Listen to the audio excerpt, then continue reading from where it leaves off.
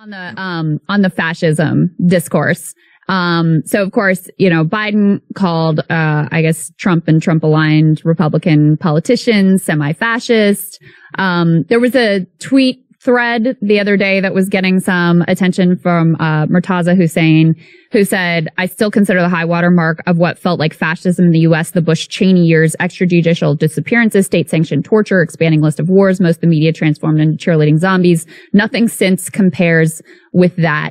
What do you think about the sort of like the renewed fascism discourse around Trump and the overt efforts to steal the election? And as you were describing before, the fact that now it's not just Trump, now you have an entire party that revolves around, being willing to steal elections whenever the results displease them. What do you think about all this? Well, I remember that time, and I definitely agree that the vibe of the Bush era, especially like right after 9/11, 2002, right, 2003 was vastly more unifyingly, chilling, than anything that we've had ever since. But I guess I'm just a dork, a nerd. I have a hard time with the term fascism being applied to our current moment. I feel like I don't think you have a meaningful concept unless you are including in it the notion of mass-based violent politics that we don't have a context for, because we are, in a very real sense, a post-political society. Like, obviously, culture is now suffused with politics, and we all are increasingly fusing our politics with our cultural identities. But that's precisely because the actual zone of politics has been completely depopulated.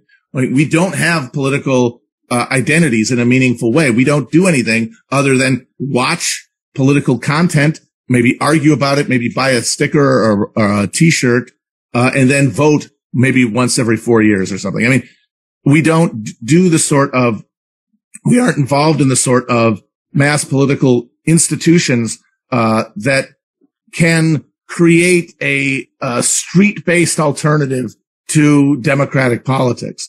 So I don't think fascism is a useful term. I think people want to use it because they feel like it does the job of raising the alarm, and pointing out like that we are seeing a real coalescing on the right around explicitly anti-democratic politics that was always there latently, and that is becoming more and more openly expressed now. That's a real phenomenon, but it does not have with it the attached popular movement.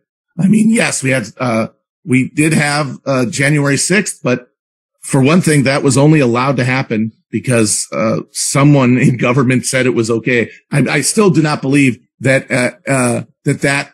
the storming of the Capitol at the final analysis was not a choice by some figures in government to be allowed to happen for the reason of raising these heightening these tensions, because the capacity to stop a bunch of people who are essentially tailgaters from getting into the Capitol absolutely existed. It just was not utilized.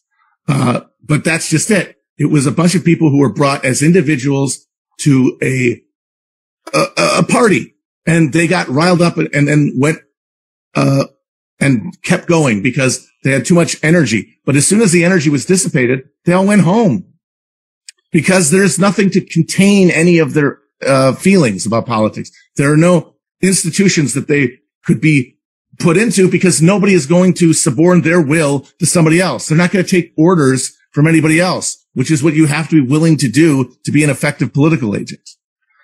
But that does not mean that over time you're not going to see a furtherance of the loss of formal elements of democracy. But what this really just is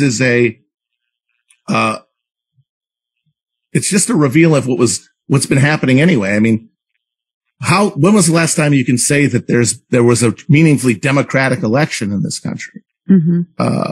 The threat is really just that we can no longer realistically bullshit ourselves that there is a democratic polity. So fundamentally, what I got out of that is you're making like a numbers argument. Like basically, hey, since it doesn't reach the bar that one would intuitively expect when you talk about fascism, therefore maybe it's not the best descriptor. So I come at it from a little bit of a different perspective. So I'm actually sympathetic when people make the argument, when you're talking to normies and you bring up fascism, that's not really a great idea, namely because they immediately think of Hitler, they immediately think of Mussolini, and any sort of comparison between those figures and any modern American political figure, people are going to be like, oh, that seems a little extreme and a little off, maybe not all that accurate. So I'm sympathetic to that argument. Which is why oftentimes when I'm talking about these things, I far prefer to use the term authoritarian versus fascist. But having said that, right, yeah. Looking at to Murtaza Hussein's point, first of all, I think he's correct. We did see things under the Bush administration that really got the ball rolling for this sort of extreme politics. The difference is the Trump movement has taken the mask off of a lot of things we were already doing, like the torture, like the extrajudicial killings, like the drone strikes, like, go down the list of everything, the NSA spying, which was Patriot Act, etc.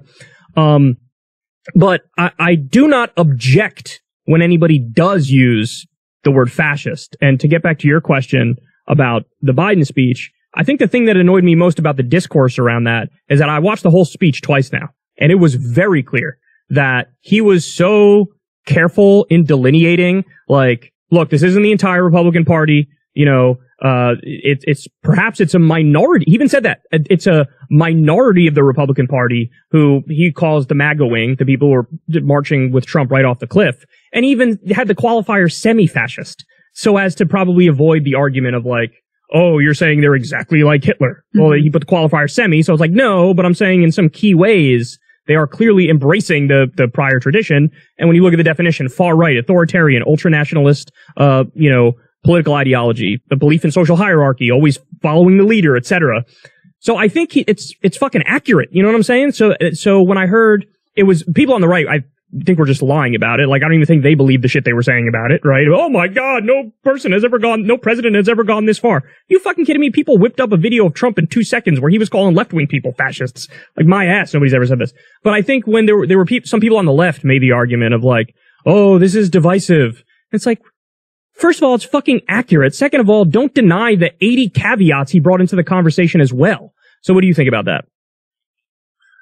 Well, my problem with that speech, beside the fact that it was clearly generated by interns and comms people who spend too much time on Twitter, is that it's part of the broader Democratic strategy, the only one they have left, to solidify their gains among affluent white suburbanites and to make that the base of the party on the basis that they are the ones who have the most money to donate. And they are also the ones who vote most consistently. And they're the ones who don't really expect anything from the government other than to not do fascism. And that's something that they think, hey, we can actually deliver that, as opposed to any kind of popular social reform, which they are structurally incapable of delivering. And so with that as their only move forward, they are sort of forced to attempt to otherize the Trump wing without neutralizing its appeal in any other respect, because I don't think that speech is going to make anybody come to Jesus any more than Trump being charged with crimes would. There's this fantasy that there still remains some center that can be appealed to, some non-politicized American institutional center that can isolate someone like Trump and his movement and say, this is not who we are. This is outside of our tradition. But no one, even the Democratic voters at this point, has any real faith that such a thing exists. And so there can be no effective appeal to it, because everyone has sort of seen through that. That's what the most frustrating thing about the Trump era is, that we are seeing the scales falling away from so much of the consent manufacturing institutional flim-flam machine. But because it's been happening under Trump, and because there's this united left liberal opposition to him, that that analysis becomes totally encoded with the rest of the Trump agenda, whatever you want to call that. It means that there's no way for disaffected Americans who intuitively understand that these institutions are not for them, that this stuff is not to make their lives better, but to not put that behind Trump, because there's no other political current that accepts that. Everyone else is rallying around these institutions in this faltering, flailing attempt to keep them up when it's far too late for that. I was talking to a friend, and the real alternative to this whole phenomenon is if Trump had run as a Democrat in 2008. That's the only way we could have actually seen the institutional disillusionment that came with the 2008 crisis and its aftermath be put to any kind of productive use. So let me take issue with some of that, because I would have agreed with everything you said there probably 6 months ago or a year ago. But so I did have one issue with the Biden speech, and my issue wasn't the same as the issue you had. My issue was it was too, like you said, it's all written by interns, too vague. There weren't any like specifics. Like, no, here's what I mean when I say this. When I say like, hey, this is kind of outside of the norm. I mean, the previous president was on Twitter or was on Truth Social yesterday saying, hey, just reinstate me as president. Like, yeah, like, so give some specifics if you're going to use the, the flowery rhetoric of like, democracy is under attack. Like, come on. We've heard.